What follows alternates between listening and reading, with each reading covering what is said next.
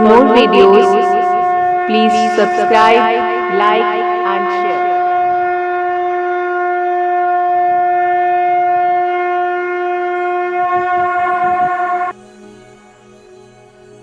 आइए सुनते हैं तुलसी विवाह की पौराणिक कथा। एक बार शिवजी ने अपने तेज को समुद्र में फेंक दिया था। उससे एक महातेजस्वी बालक ने जन्म लिया।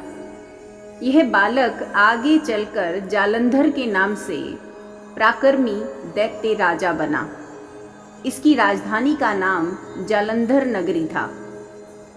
दैत्यराज काले नेमी की कन्या वृंदा का विवाह जालंधर से हुआ। जालंधर महाराक्षस था।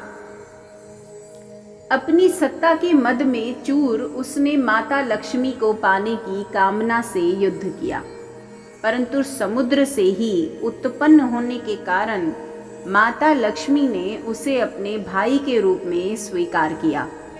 वहां से पराजित होकर वह देवी पार्वती को पाने की लालसा से कैलाश पर्वत पर गया। भगवान देवाधिदेव शिव का ही रूप धारण कर माता पार्वती के समीप गया, परंतु मां ने अपने योग बल से उसे तुरंत पहचान लिया तथा वहां से अंतर्ध्यान हो गई। देवी पार्वती ने क्रुद्ध होकर सारा वृतांत भगवान विष्णु को सुनाया। जालंधर की पत्नी वृंदा अत्यंत पतिव्रता स्त्री थी। उसी के पतिव्रत धर्म की शक्ति से जालंधर ना तो मारा जाता था और ना ही पराजित होता था। इसीलिए जालंधर का नाश करने के लिए वृंदा के पतिव्रत धर्म को भंग करना बहुत जरूरी था। इसी कारण भगवान विष्णु ऋषि का वेश धारण कर वन में जा पहुंचे, जहां वृंदा अकेली भ्रमण कर रही थी। भगवान के साथ दो मायावी राक्षस भी थे, जिन्हें देखकर वृंदा भयभीत हो गई। ऋषि ने वृंदा के सामने पल में ही दोनों को भस्म कर दिया। उनकी शक्ति देखकर वृंदा ने कैलाश पर्वत पर महादेव के साथ युद्ध कर रहे अपने पति जालंधर के बारे में पूछा। ऋषि ने अपने माया जाल से दो वानर प्रकट किए। एक वानर के हाथ में जालंधर का सिर था तथा दूसरे के हाथ में धड़। अपने पति की यह दशा देखकर वृंदा मूर्छित होकर गिर पड़ी। होश में आने पर उन्होंने ऋषि रूपी भगवान से विनती की कि वह उसके पति को जीवित करे। भगवान ने अपनी माया से पुनः जालंधर का सिर धड़ से जोड़ दिया, परंतु स्वयं भी वह उसी शरीर में प्रवेश कर गए। वृंदा को इस छल का जरा भी आभास न हुआ। जालंधर बने भगवान के साथ वृंदा पतिव्रता का व्यवहार करने लगी, जिससे उसका सतीत्व भंग हो गया। ऐसा होते ही वृंदा का पति जालंधर युद्ध में हार गया। इस सारी लीला का जब वृंदा को पता चला तो उसने क्रुद्ध होकर भगवान विष्णु को हृदयहीन शिला होने का श्राप दे दिया। अपने भक्त के श्राप को विष्णु ने स्वीकार किया और शालिग्राम पत्थर बन गए। सृष्टि के पालनहर्ता के पत्थर बन जाने से ब्रह्मांड में असंतुलन की स्थिति हो गई।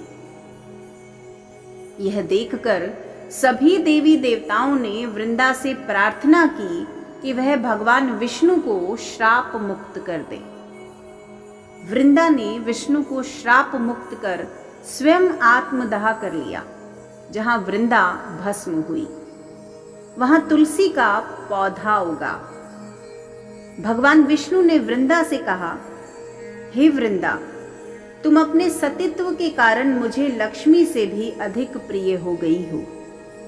अब तुम तुलसी के रूप में सदा मेरे साथ रहोगी। तब से ही हर साल कार्तिक महीने के देव उठावनी एकादशी का दिन तुलसी विवाह के रूप में मनाया जाता है। जय श्री हरि। जो मनुष्य भी मेरे शालिग्राम रूप के साथ तुलसी का विवाह करेगा उसे इस लोक और परलोक में विपुल यश प्राप्त होगा।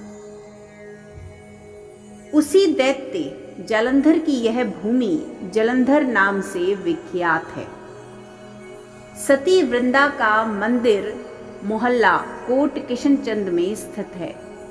कहते हैं इस स्थान पर एक प्राचीन गुफा थी जो सीधी हरिद्वार तक जाती थी। सच्चे मन से 40 दिन तक सती वृंदा देवी के मंदिर में पूजा करने से सभी मनोरथ पूर्ण होते हैं। जय श्री हरि। जिस घर में तुलसी होती है वहां यम के दूत भी असमय नहीं जा सकते। मृत्यु के समय जिसके प्राण मंजरी रहित तुलसी और गंगा जल मुख में रखकर निकल जाते हैं, वह पापों से मुक्त होकर वैकुंठ धाम को प्राप्त होता है। जो मनुष्य तुलसी व आंवलों की छाया में अपने पितरों का श्राद्ध करता है, उसके पितर मोक्ष को प्राप्त हो जाते हैं।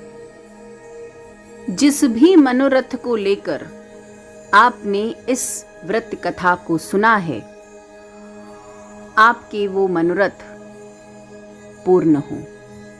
जय श्री हरि।